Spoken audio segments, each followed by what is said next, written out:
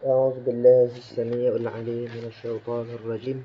بسم الله الرحمن الرحيم. السلام عليكم ورحمة الله تعالى وبركاته.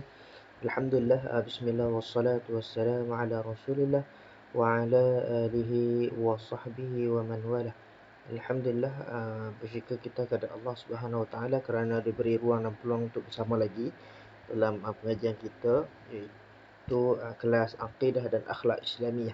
Jadi insya-Allah pada hari ini kita akan lihat sikit berkenaan dengan adab. Pada sesi yang lepas kita dah belajar berkenaan dengan konsep iman, konsep Islam, iman dan ihsan. Jadi pada kali ini kita akan masuk bab adab. Saya fokuskan kepada beberapa bab yang tertentu yang menjadi kita kata sebablah untuk masuk dalam exam. Jadi saya sebut dalam konsep adab ni ada beberapa adab yang kita akan cuba bincangkan secara ringkas, iaitu 3 adab. Jadi 3 adab ni je yang selalu akan masuk exam. Dan insya-Allah sama-sama kita belajar berkenaan dengannya. Sangat ringkas saja berkaitan dengan adab ni. Dan kemudian ke depan nanti kita akan belajar berkenaan dengan sejarah akidah dari zaman Nabi sehinggalah dua tokoh besar kita, iaitu Abu Hasan Asy'ari dan Abu Mansur Al-Maturidi. Baik, kita tengok konsep adab dalam Islam. Okey, pengertian adab. Adab berasal daripada perkataan adabun. Dalam konteks perilaku, perbuatan, kebaikan, kesantunan moral, sopan santun, kesusilaan, kemanusiaan. Jadi kalau nak faham adab secara mudah ni, adab ni apa? Adab ni perilaku, tingkah laku manusia yang kita buat, ataupun sopan santun kita, moral kita. Tapi dalam ni kita lebih fokus kepada adab kita. Adab ni maksudnya kita buat sesuatu yang baik kepada orang lain. Jadi faham adab tu secara ringkas iaitu perilaku, perbuatan, kebaikan dan kesantunan. Kemudian sementara tafsiran skop yang dengan terperinci adab mungkin berbeza dalam kebudayaan yang berlainan. Kesamaan yang terdapat dalam tafsiran ini ialah penilaian kepribadian terdapat dalam tafsiran ini ialah penilaian kepribadian seseorang melalui kepatuhannya terhadap beberapa kod kelakuan. Justru seseorang itu menunjukkan adab dengan mempamerkan pembezaan aturan, kelakuan dan kepandaian membuat pilihan yang betul.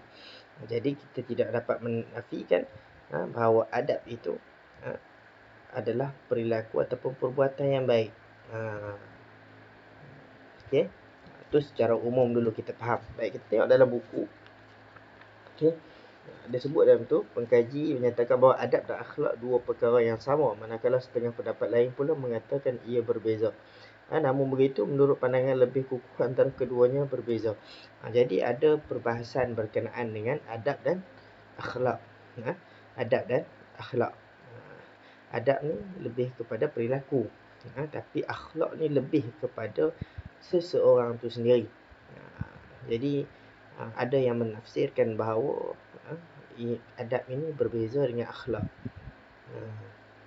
Baik, kita tengok pengertian adab.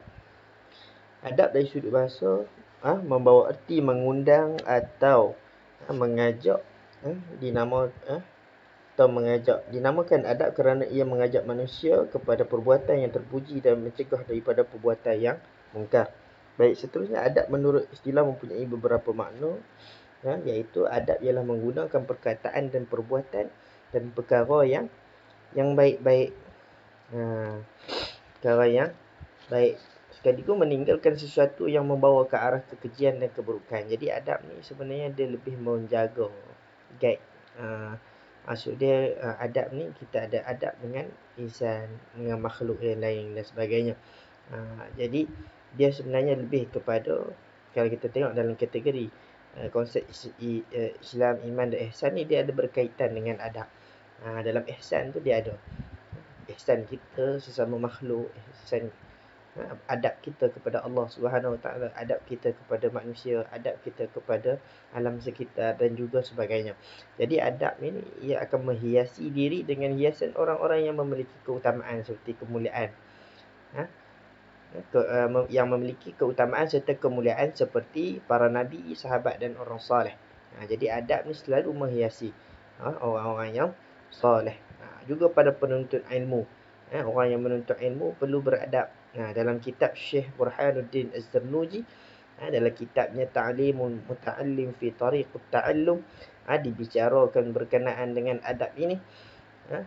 Dia kata pentingnya adab ini. Sebab apa? Pada zaman dia tu, pada awal kitab, mukaddimah kitab, Syekh Az-Zarnuji menceritakan kepada orang ramai, kepada kita, ramai pada penuntut ilmu pada zaman dia, dia berusaha untuk menuntut ilmu tetapi tidak mendapat manfaatnya, hasil ataupun buahnya. Jadi itulah tujuan utama mengapa Syekh Az-Zarnuji mengarang kitab tu, sebab dia nak bagi semua orang faham kaedah ataupun adab menuntut ilmu. Nanti boleh baca kitab Ta'limul Muta'allim, iaitu panduan belajar, cara belajar. Jadi kalau kebanyakan pondok-pondok banyak mengaji kitab ni dulu di awal, disebabkan kitab ini penting untuk orang itu beradab pada guru untuk mendapatkan barakah.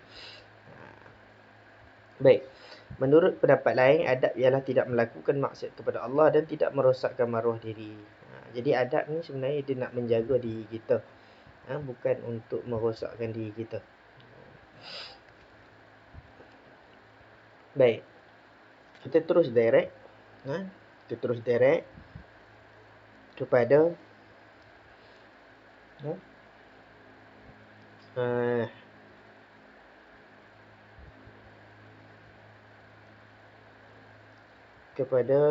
adab yang diambil daripada Nabi Muhammad sallallahu alaihi wasallam, merupakan adab yang paling unggul dan terbaik. Jadi kita tahu bahawa baginda Nabi sallallahu alaihi wasallam diutuskan kepada kita untuk menyempurnakan akhlak, menyempurnakan contoh tauladan yang terbaik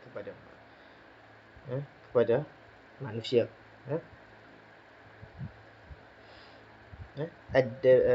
Dalam muka surat 99 dalam buku lama ni, Adabani Rabbi fa ahsana ta'dibi. Maksudnya Tuhanku telah mendidikku dengan didikan yang sebaik-baiknya. Oleh itu, maju atau mundur, baik atau buruk seorang juga suatu bangsa bergantung sejauh mana mereka mendapat memahami dan menerapkan konsep adab dalam kehidupan. Contoh, manusia yang beradab terhadap orang lain akan tahu bagaimana mengenali mengakui seseorang yang sesuai dengan martabatnya.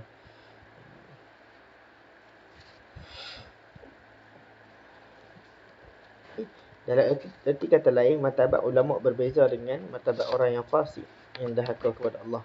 Seterusnya Al-Quran menyebut bahawa manusia yang paling mulia sisi Allah adalah yang paling bertakwa, sebagaimana firman Allah dalam surah Al-Hujurat.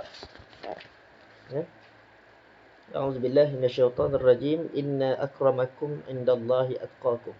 Sesungguhnya semulia-mulia kamu di sisi Allah itu adalah orang-orang yang bertakwa. Orang yang lebih bertakwa. Itu dalilnya. Baik, beberapa contoh adab. Kita tengok dalam perbahasan ini ada beberapa adab yang dirasakan penting lah. Cuma dalam ni dia lebih fokus secara umum dalam slide. Tetapi kalau dalam buku dia buat pembahagian iaitu hak semasa hidup dan juga hak ketika meninggal dunia. Jadi kita tengok satu persatu, tengok yang dalam buku. Baik. Yang pertama, kasih sayang merupakan teras kepada ketenangan hidup dalam sebuah keluarga. Jadi kasih sayang antara kita dan keluarga, maka kita sangat penting. Sangat penting kerana ia akan menjamin keharmonian dalam sesebuah keluarga, di mana ibu bapa ialah orang yang paling rapat dengan anak-anak, sekaligus bertanggungjawab mencari nafkah, mendidik anak hingga dewasa. Pengorbanan ibu bapa yang amat besar, oleh itu anak wajib taat kepada ibu bapa. Antara dalilnya yang termaktub dalam Al-Quran. Ini dalam surah Luqman. Dan kami wajibkan manusia berbuat baik kepada kedua ibu bapanya. Ibunya telah mengandungkannya dengan menanggung kelemahan demi kelemahan dari awal hingga ke akhir, sehingga sampai menyusu.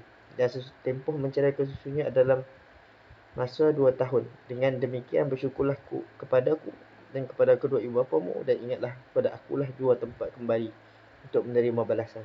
Surah Luqman. Jadi sumbangan itu hak kedua ibu bapa, merupakan tanggungjawab yang wajib yang perlu dilaksanakan bagi setiap muslim. terdapat beberapa petunjuk Rasulullah sallallahu alaihi wasallam dalam berakti kepada ibu dan bapa, sama ada semasa mereka masih hidup ataupun selepas meninggal dunia. Jadi adab dengan ibu bapa ni sangat penting. Tidak kira walaupun ibu bapa kita bukan Islam sekalipun, tetapi Islam itu menggariskan adab kepada mereka kerana mereka lah yang telah melahirkan anda. Jadi kalau ada ibu bapa yang bukan Islam, walaupun dia tak layan dan sebagainya, kalau dia jahat pun kita tetap menghormati dia sebagai ibu dan bapa kita.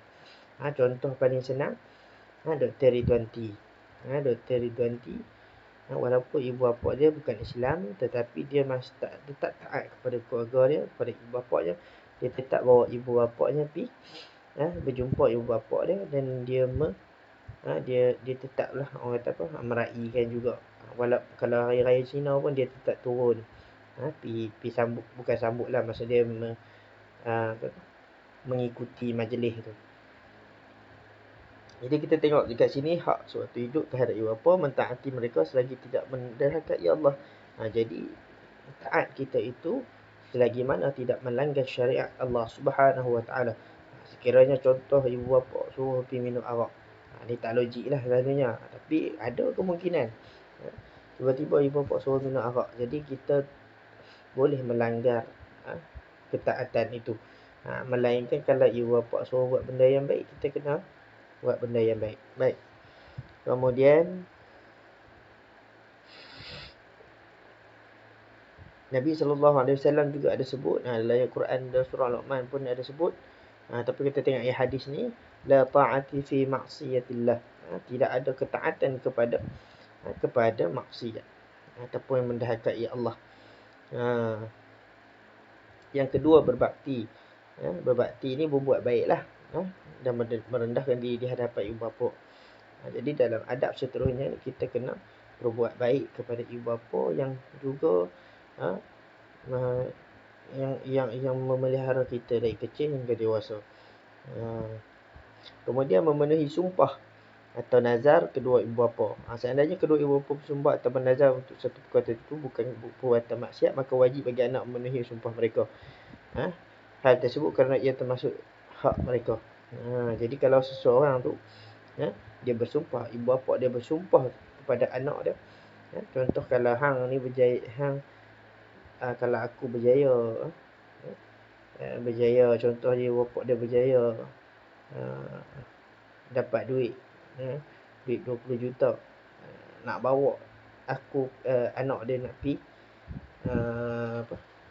nak pi umrah ataupun pi belajar pengajian agama luar negara, maka wajib bagi ibu bapa itu menunaikan nazar dia, ataupun anak tadi wajib untuk menunaikan nazar ibu bapa dia.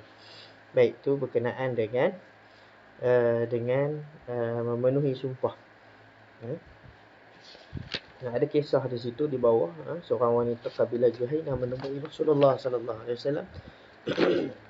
Ibuku telah bernazar untuk menunaikan haji, namun beliau tidak sempat menunaikannya hingga beliau meninggal dunia. Adakah aku boleh menunaikan haji untuknya? Baginda Nabi sallallahu alaihi wasallam, ya, tunaikanlah haji untuknya. Apa pendapat kamu sekiranya ibu kamu berhutang, bukankah kamu akan melunaskannya? Tunaikanlah hutang Allah, kerana hutang Allah lebih utama dilunaskan. Contoh ibu mak bernazar nak pergi umrah atau haji, jadi kita boleh buat badal haji sekiranya kedua ibu bapa kita telah pun meninggal dunia. Dia lebih kurang macam yang saya sebut awal lah. Kalau ibu bapa dia bernazar benda yang baik, maka perlu ditunaikan. Hak selepas meninggal dunia, hak selepas meninggal ni maksudnya apabila meninggalnya ibu bapa kita, apa ketaatan yang kita boleh buat? Yang pertama, mengurus jenazah dan banyak mendoakan kedua ibu bapanya. Jadi dalam satu hadis, Nabi SAW sebut, ada 3 amalan. 3 amalan yang mana apabila meninggalnya anak Adam ni, maka terputus semua amalan kecuali 3 perkara. Yang pertama, ilmu yang pertama, sadaqah jariyah. Yang kedua ialah ilmu yang bermanfaat, dan yang ketiga adalah doa anak yang soleh. Itu berkenaan dengan Pentingnya doa anak yang soleh kepada ibu bapa dia. Kemudian beristighfar atau sentiasa mohon ampun kepada Allah kepada mereka berdua. Ni yang berkait sekali lah. Kita akan selalu baca doa Allahumma fili zunubiyan wal walidayya warhamma kama rabbayani saghira. Kemudian kita tengok dalil dalam surah Ibrahim. Surah Ibrahim, Rabbana ighfirli wa liwalidayya wal lil mu'minina yawma yaqumul hisab. Wahai Tuhan kami, berikanlah ampun bagiku dan kedua ibu bapaku serta bagi orang-orang yang beriman pada masa berlakunya hitungan amal dan pembalasan. Baik, kemudian menunaikan janji dan wasiat ibu bapa yang perlu dipenuhi semasa hidup mereka. Contoh kalau ada apa-apa wasiat yang disampaikan kepada kita sebelum mereka meninggal dunia, maka perlulah kita selesaikan. Kemudian memuliakan teman atau sahabat dekat kedua ibu bapa. Rasulullah sallallahu alaihi wasallam bersabda, "Inna abar birri silatu walidi ahla wudi abi." Sesungguhnya kebajikan terbaik adalah seorang anak yang menyambung silaturahim orang yang pernah dikasihi ayahnya. Jadi apabila meninggalnya ibu bapa itu, kita kena memuliakan sahabat dia, kita berkenalan dengan sahabat dia agar tidaklah terputus perhubungan antara satu sama yang lain. Baik, adab dengan guru. Jadi kalau kita tengok dalam ni, adab yang saya checklist ni boleh baca lah, iaitu mentaati perintah Allah dan menjauhi larangannya sebagaimana tidak bertentangan dengan syariat Islam, berbuat baik dan memuliakan sahabat, kenalan ibu, memanggil ibu bapa dengan panggilan yang baik, lembut dan hormat, menggunakan bahasa sopan, lemah lembut dan hormat ketika berkomunikasi, sentiasa menjaga perasaan ibu bapa, menolong melakukan kerja-kerja di rumah, minta izin daripada ibu bapa jika ingin keluar ke mana saja, ziarah atau bertanya khabar kepada mereka ketika berjauhan, menjaga makan minum, pakaian, kebersihan, kesihatan ibu bapa, mendoakan kesejahteraan ibu bapa di dunia dan juga di akhirat. Jadi pentinglah kesemua ini untuk kita patuh. Kalau kita dah berkahwin ataupun kita dah bekerja, maka adalah menjadi satu kebajikan kita untuk memberikan wang ataupun nafkah kepada kedua ibu bapa mereka, kerana mereka juga ada hak daripada harta-harta kita. Baik. Kemudian adab dengan guru. Adab dengan guru. Kalau adab dengan guru ni selalu tak lainlah yang saya mengajak kitab Ta'limul Muta'allim fi Tariqat Ta'allum. Dia adalah berkenaan dengan adab menuntut ilmu yang saling berkait dengan adab dengan ilmu. Adab dengan guru. Guru menyalurkan ilmu kepada murid agar menjadi seorang yang berjaya atau memberi sumbangan kepada agama, bangsa dan negara sesuai dengan bakat, prestasi dan kualiti masing-masing. Jadi kita ada adab kita dengan guru. Kalau tuan-tuan ikut pengajian saya lah, saya ada cerita benda-benda yang kita kena mentaati kepada guru untuk mendapatkan keberkatan ilmu. Kerana berkat ilmu itu ada pada seseorang guru, seorang guru itu. Sebab tu banyak ulama-ulama dulu belajar adab saja 20 tahun belajar adab, 10 tahun belajar ilmu. Imam Malik, ramai orang belajar ilmu adab dengan Imam Malik. Sebab apa? Dia berkata, kalau ilmu Imam Malik aku boleh dapat dekat mana-mana saja, tapi kalau ilmu adab Imam Malik ni aku tak jumpa pada siapa pun. Itu kata anak murid dia. Imam Syafi'i bila berhadapan dengan Imam Malik, guru dia Imam Malik, dia punya pelan-pelan selak lembaran kertas agar tak bunyi dan tak mengganggu guru dia. Imam Syafi'i, anak murid Imam Syafi'i, tak berani nak minum air depan guru. Kalau kita hari ni minum air depan guru tu biasalah, tapi kita tidaklah menganggap satu yang berat. Tapi zaman dulu kalau beradab ni memang sangat dijaga dengan teliti lah. Sebab apa? Apabila datangnya ilmu yang disampaikan oleh guru tu, kita bimbang. Sebab apa? Ada setengah dia dapat ilmu, dia dah sombong. Dapat ilmu sikit dia dah sombong, dia dah telah mengkafirkan guru dia sendiri. Itu yang berlaku pada masyarakat lah. Ada ilmu sikit je hentam guru ni. Contoh dia tengok paling senang, tengok dalam media sosial lah. Ada je kelemahan sikit, hentam dalam media sosial. Dan dilihat aib tu dilihat oleh jutaan manusia. Jutaan manusia. Jadi bayangkan kamu mengaibkan dia di depan semua manusia. Bagaimana nanti kamu nak menyucikan diri kamu ketika di padang mahsyar nanti. Itu yang penting. Jangan kita mencaci ikut dan je dalam Facebook. Jangan kita ikut dan tulis kerana kita bimbang. Apa yang kita tulis tu akan menjadi satu titik fitnah yang besar. Jadi minta tolong, kalaulah ada pergaduhan dalam media sosial, jangan menjawab, diam. Kerana apa? Kadang-kadang orang yang menjawab tu sebenarnya mereka tak tahu. Mereka tidak tahu. Mereka bercakap pada bukan bidah. Baik. Seterusnya kita tengok adab, iaitu menghormati segala jasa guru. Hal ini sebagaimana Nabi SAW sebut, bukan daripada golongan kami mereka yang tidak menghormati yang tua, tidak menyayangi yang kecil dan tidak mengetahui hak orang yang alim. Jadi Nabi dah sebut dah pentingnya guru menghormati dan menghargai guru yang telah menyampaikan ilmu kepada kita. Baik, para murid ditegah sama sekali sengaja mencari-cari kelemahan dan kesalahan guru mereka. Jadi jangan cari kesalahan guru mereka. Ini antara adab yang telah pun telah dirosakkan oleh sesetengah pihak. Kalau tuan-tuan tengok dalam Facebook, tuan-tuan kenal lah siapa dia yang rajin merosakkan guru-guru, mengaibkan guru. Sebab apa kata Imam Syafi'i, jika kamu menegur seseorang dalam keadaan di khalayak ramai, sebenarnya kamu sedang menghina dia. Tapi sekiranya kamu menegur secara berhadapan, tidak kepada orang lain, sebenarnya kamu memuliakan dia. Itu baru adab yang betul. Adab kita yang hari ini kurang tepat lah. Kurang tepat. Kerana apa? Banyak hantar di media sosial, akhirnya menjadi fitnah. Sedangkan video tu dipotong sekerat-sekerat. Tak dengar penjelasan. Habis semua.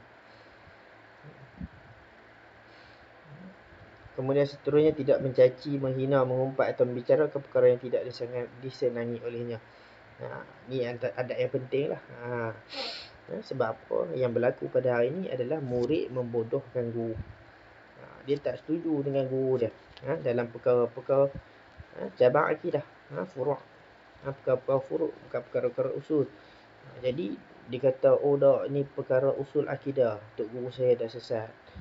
Maka kita kena faham, ada perkara-perkara cabang-cabang perbahasan yang ada khilaf dia, ada perbezaan pandangan. Jadi walaupun berbeza pandangan, jangan kita mengkafirkan sesama kita ataupun mengkafirkan guru. Baik, yang seterusnya sentiasalah mendoakan guru semoga diberi pahala atas ilmu yang diajarkan. Jadi menjadi peranan kita untuk mendoakan orang yang mengajarkan kita ilmu dari kecil sehinggalah kita dewasa dan sehingga sekarang. Itu pentingnya. Baik, itu adalah adab kita dengan guru. Baik, seterusnya di bawah ni ada link. Nanti tuan-tuan boleh tengoklah, ada banyak adab berkenaan dengan adab kita dengan guru. Baik, seterusnya ialah adab dengan kawan sahabat. Okey, adab dengan kawan sahabat ni dalam buku ni dia tak terang secara detail lah. Jadi disebut kat sini, kita ni dalam kehidupan kita tak akan terlepas, kita tetap akan ada kawan. Kita tetap ada kawan. Lebih-lebih lagi rakan sebaya dan sebagainya. Jadi mereka ni lah orang yang penting yang selalu membantu lah, membantu kita ketika mana kita dalam keadaan susah ataupun senang. Itu dipanggil sahabat ataupun kawan. Di samping itu sentiasa menyuruh kawan insaf atau berlaku. Jadi sepentingnya sahabat ini, kerana sahabat ini akan sentiasa guide kita. Tapi kalau dapat sahabat yang buruk lah kesan. Tapi kalau dapat yang baik, baiklah dia punya pengamalan dia. Jadi dalam erti kata lain, ada hadis Nabi sallallahu alaihi wasallam sebut, la yu'minu ahadukum hatta yuhibbu ila akhihi ma yuhibbu li nafsihi. Tidak sempurna iman seseorang itu kalau dia tidak mengasihi saudara dia. Sebagaimana dia mengasihi dirinya sendiri. Itu hadis Nabi SAW. Jadi ada beberapa adat yang saya list kat sini untuk kita jadikan panduan, untuk kita ambil bawa masuk exam lah. Iaitu menghulurkan bantuan kepada mereka apabila mereka amat-amat memerlukan bantuan tersebut. Bantulah dengan ikhlas tanpa mengharapkan sebarang balasan, bersikap jujur dalam persahabatan. Jangan memburuk-burukkan seseorang kawan. Jangan kita buka aib kawan. Jangan kita cemburu dengan kejayaan kawan-kawan. Kemudian jangan jatuh ke air muka sahabat di hadapan orang lain. Jangan ketawa apabila seseorang akan mengalami kegagalan. Jangan mengejek dan memperkecil-kecilkan kawan kita. Jangan kita mengejek kawan kita dengan menggunakan panggilan yang tidak disukainya. Selalunya sebutan ataupun ejekan nama ini adalah tidak boleh lah. Maksudnya tidak beradab. Jadi dalam berkawan selalu sebut nama yang betul lah. Saya kalau orang ada sebut nama panggilan pun, walaupun dia biasa, kadang-kadang saya suka panggil nama betul dia. Itu lebih saya rasa seronok sebut. Walaupun adalah 2-3 orang yang saya sebut nama panggilan biasa, tapi kadang-kadang saya suka sebut nama lagi. Baik. Apabila di kalangan kawan-kawan, jangan berbisik dengan seorang kawan yang lain kerana ia mengundang syak di hati kawan-kawan yang lain. Apabila kita ingin menggunakan barang kepunyaan rakan kita, mintalah izin pada mereka dahulu. Kotakkanlah setiap janji sedaya upaya mungkin. Akhir sekali saling menasihati sesama kita. Jadi adab bersahabat atau berkawan ni mudah saja. Tak perlu pening kepala lah. Tak perlu pening kepala. Jadi saya rasa tamat dahulu sebahagian ni. Bahagian A, akidah dan hubungannya dengan ad-din. InsyaAllah kita akan masuk kepada topik yang ke bahagian B, iaitu berkenaan dengan metodologi berfikir. Jadi ataupun kita kata kaedah kita untuk berfikir dalam bab akidah. Yang tu hanya secara ringkas lah. Secara ringkas berkenaan dengan bab akidah. Jadi saya rasa setakat tu dulu. InsyaAllah kita akan sambung lagi pada kelas pengajian seterusnya. Assalamualaikum warahmatullahi taala wabarakatuh.